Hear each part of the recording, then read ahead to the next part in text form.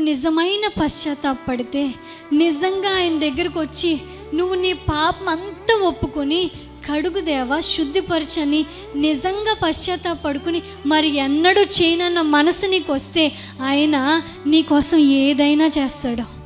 నీ కథ అంతటిని మార్చేస్తాడు, అందంగా మలిచేస్తాడు. నీ కథ ఎలా మారిపోద్దో తెలుసా?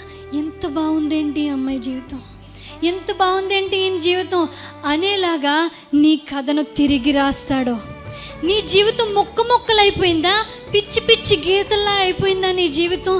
ఎటు చూసినా ఏది ఫుల్ స్టాప్ లేదు, ఏది స్టార్టింగ్ పాయింట్ ఏదో, ఎండింగ్ పాయింట్ ఏదో, గమ్యం ఏదో, సక్సెస్ ఏంటో ఎటు లేకుండా పిచ్చి గీతల్లాగా చిరిగిపోయిన కాగితంలా అయిపోయిందేమో. కానీ నువ్వు నిజంగా పశ్చాత్తాపడితే, నిజంగా ఆయన దగ్గర నీ పాపం ఒప్పుకుంటే ఆయన నిన్ను క్షమిస్తాడు. ఆయన నిన్ను ప్రేమిస్తున్నాడు. ఆయన ప్రేమిస్తున్నాడు కాబట్టే ఈరోజు నీకు ఒక ఛాన్స్ ఇస్తున్నాడు. ఆ ఛాన్స్ నువ్వు ఉపయోగించుకో. ఆ ఛాన్స్ నువ్వు ఉపయోగించుకుంటే నీ జీవితం కథ మారిపోతుంది. నీ జీవిత కథే, నీ చరిత్రే మార్చేస్తాడు ఆయన.